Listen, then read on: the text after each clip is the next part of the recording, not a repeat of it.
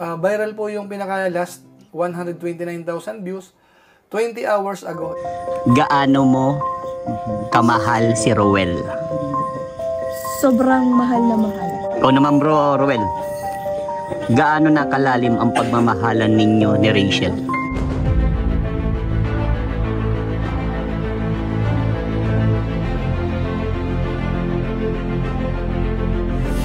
Ayun, shoutout guys. Muli, welcome to my YouTube channel. Ito po si Kuya Julay, ang inyong katugang, ang inyong kalingap, na muling bumabati po sa inyo ng magandang araw, magandang gabi. Sang sulok man po tayo ng mundo naroon. At sa araw na ito, meron po tayong panibagong vlog.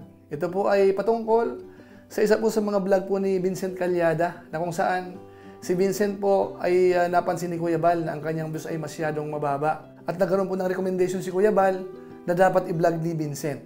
At sa madaling salita po, si Vincent po ay sinunod naman yung payo po ni Kuya Bal Santos Matubang. Kaya sa ngayon po, nakapagpa-trending po siya. Doon po sa vlog niya kay Rachel at saka po kay Rowel of Malalag. Na kung saan maraming nanood po sa kanyang premiere, nag-viral po, umabot po ng 9,000 na views, live viewers. So pag-usapan po natin yan, dahil kahit po tayo, nagulat din po sa mga binanggit ni na Rachel at saka po ni Rowel of Malalag. Pero bago po yon, syempre paalala mo na si Kuya Julay, baka sakaling meron pa po dito ang hindi nakasubscribe sa ating YouTube channel, huwag natin kalimutan, Julay Paunil. Tapos pakipindot po yung notification bell button para lagi po tayong updated sa aking mga video upload. So maraming salamat po sa inyo. Tapos yung ating Facebook page, kung okay lang po, pakisama rin po natin, i-follow po natin yon, i-like, tapos po pwede pong i-share. So maraming salamat po sa inyong lahat. Tapos sina Kuya Bal Santos Matubang, si Kalingap Rab, si Ate Edna Vlog, si Rowel of Malalag, at saka po yung ating mga kasamaan sa Team Kalingap, suportahan din po natin. Maraming salamat po sa inyong lahat. Ngayon, tuloy na po tayo. Pag-usapan na po natin, ito pong isa sa mga vlog po ni Vincent Calyada, na kung saan ay talagang napatrending po niya, mga Kalingap. Ito po ay patungkol kay Rowel of Malalag at saka po kay Rachel. Meron po siyang mga 10 katanungan. At napanood po natin, talagang exciting at nakakagulat po yung mga sagot po nila, mga Kalingap. Pero bago po yon, konting info lang po patungkol po kay Vincent Calyada. Si Vincent po ay isa po sa mga Lingap partners na kung saan siya po nagcha-charity. Siya po ay nag-trending na rin po doon sa mga ginagawa po nating top 7 Kalingap charity vloggers. Ilang beses na rin pong napasama po dyan si Vincent Calyada. Kaso nga lang po, itong mga nakaraang linggo, mga nakaraang buwan, talagang bumaba po yung kanyang views, mga Kalingap. Yun po ang reality. At kung napansin po yan ni Kuya Bal Santos Matubang, sinabi po sa kanya na po pwede siyang mag-vlog kahit hindi po about charity. At yun po ay sinunod naman po ni Vincent Calyada, mga Kalingap. Mamaya po, sisilipin po natin yung kanyang channel at saka po yung statistics. Pero bago po yun, gusto ko lang po munang i-highlight, mga Kalingap, yung magandang ginawa niya po dito kay Rachel at saka po kay Rowel of Malalag. Dahil gumawa po siya ng parang question and answer, mga Kalingap. At yung mga sagot po ng dalawa, talagang makikita natin na ikagugulat po talaga ng mga viewers natin. Pero ang ginawa po natin dito, kumuha lang po tayo ng dalawa, mga Kalingap. Yung number 6 lang po, at saka yung number 10 ang i-highlight po natin. Ano, mga Kalingap? Unahin po natin yung pang-anim na tanong. Gaano raw ba kalalim ang pagmamahalan ni na Rowel at saka po ni Rachel? Ito po ang sagot po nila. Gaano na kalalim ang pagmamahalan ninyo ni Rowel? Sobrang lalim pa sa dagat. Yung sa ano? Yung sa dagat dyan sa ano? Bagas-bas. Sobrang lalim. Ang babaw mo yung bagas-bas. Oo, pag pumunta ko sa gitna, malalim na yun. Nakakala ka sa gilid. Sobrang lalim na nun, no? Explain mo. Kasi ano po, ang dami na din namin napagdaanan. Tapos, ang dami na din namin pinagsamahan. Ilangga. Masaya, malungkot, may tampom, may dumaan din sa ganyan. Kahit na magkaimi lang kami. Basta sobrang lalim na po. So ayun, masyadong malalim. Malalim pa sa dagat. Yun po yung sagot po ni Rachel. Ngayon po sa Rowel of Malalag, pakinggan din po natin. Gaano na kalalim ang pagmamahalan ninyo ni Rachel? Ano kalalim? Sa Kita mo yung langit, bro. langit. Oo. Hindi mo nakikita yung between. Papunta dito. Pero para sa akin, no, hindi siya masusukat kung gaano kalalim. No, masusukat yan kung ano yung mga pinagsamahan yung mga memories. Although mag-isang taon pa na, isang taon na kami, di ba? Yeah. Pero yung mga memories at mga napagdaanan namin sa aming dalawa is talagang masasabi kong pang 10 years na kami nagsama. Grabe. Hindi, ganyan kasi. Maganda rin po yung sagot po ni Rowel. Hindi raw po nasusukat. Nasusukat daw po yun doon sa kanilang pinagsamahan. So siguro po, alam na po natin kung ano po ang tinutukoy po ni Rowel of Malalag. Ngayon po, puntahan na po natin yung last na tanong, yung number 10, mga kalingap. Gaano mo raw ba kamahal si Ruel o Malalag? Ito po ang sagot ni Rachel. Gaano mo kamahal si Rowel? Sobrang mahal na mahal. Explain mo nga.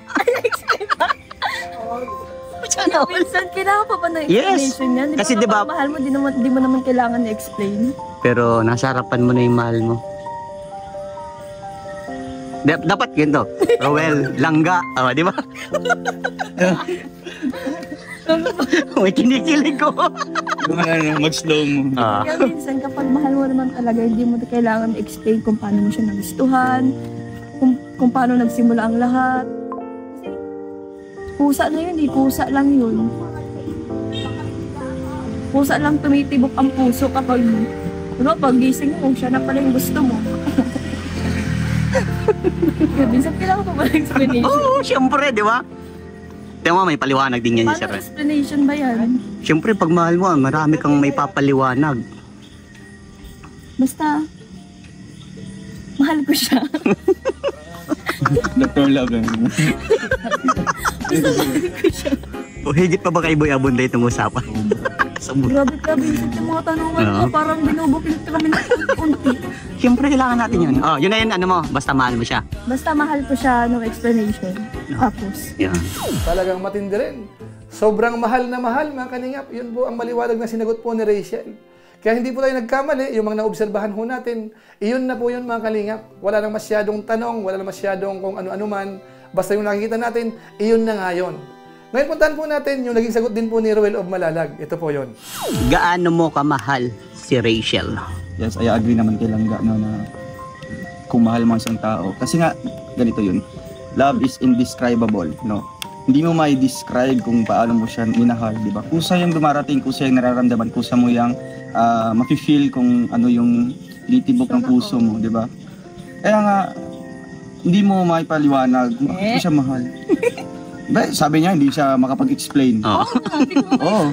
Kaya, siyempre parehas tayo ng paniniwala no, kung bakit kung mahal si Langga. Siyempre, simple lang ang sagot ko dito. No? Mahal ko siya dahil mahal ko siya.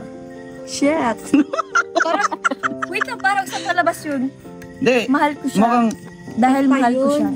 di ba, isipin mo na lang, mahal ko nga siya dahil mahal ko siya. Kayo na yung mag-iisip kung ano, bakit, kung bakit. Oo. So yun po, mahal ko siya dahil mahal ko siya. So bahala na po tayo mga kalingap kung paano po natin i-interpret po yun.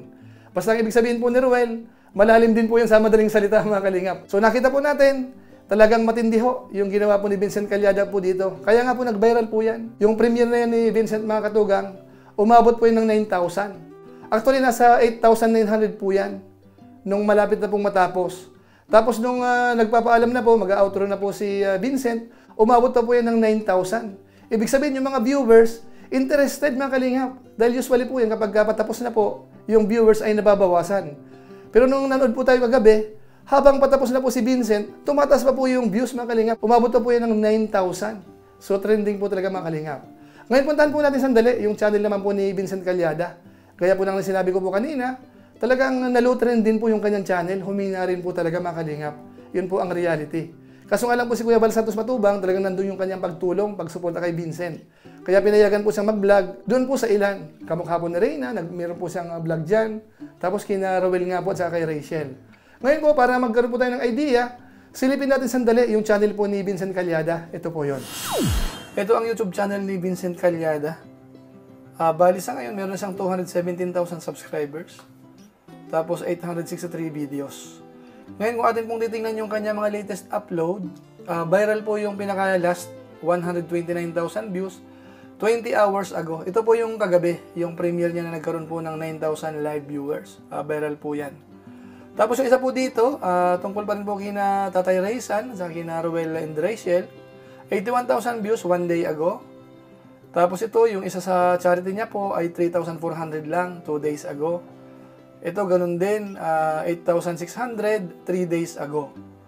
Tapos ito pa rin, isa sa mga charity niya, 7,100, 4 days ago.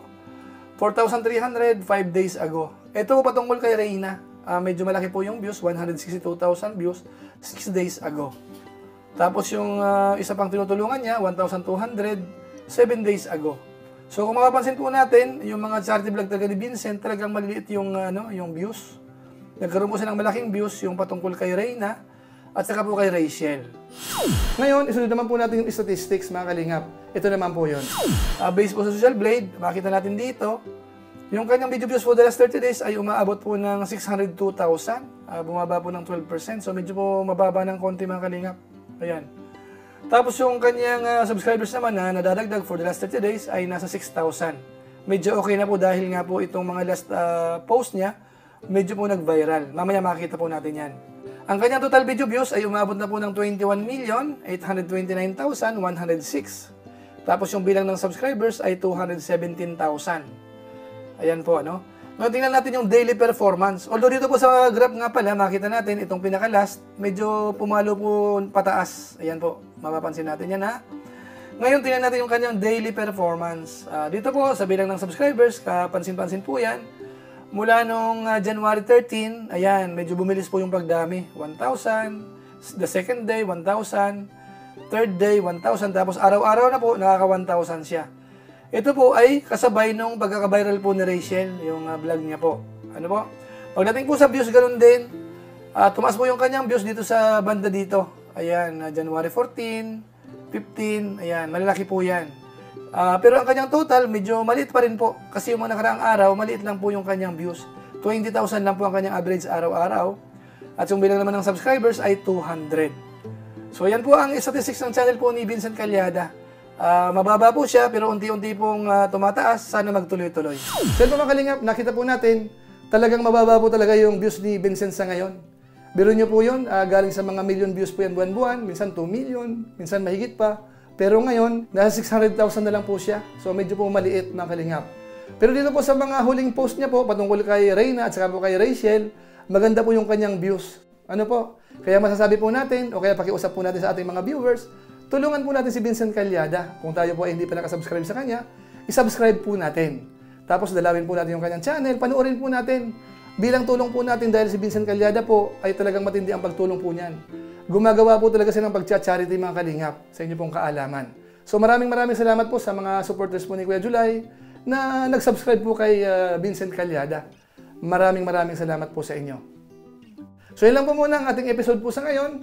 Patungkol po kay Vincent Calyada at saka po dun sa kanyang naging magandang content, yung part 4. Abangan na lang po siguro natin yung mga susunod pang vlog ni Vincent Calyada. Maraming salamat po sa inyo. At siyempre po, maraming salamat din po kina Rachel at saka kay Ruel. Dahil talagang pinaunlakan nila yung request po ni Vincent Calyada at saka po nakaprepare po sila. Maganda yung suot nila. Talagang pinaghandaan po yung interview na yun mga kalingap. Kaya masasabi natin ngayon, baka sila po ang buhay abunda ng Team Kalingap. Ano po? Joke lang po yun mga kalingap. Siguro po mga kalingap, pansamantala magpapaalam po muna tayo, pero gaya po ng dati, meron lang po muna tayong isa shoutout.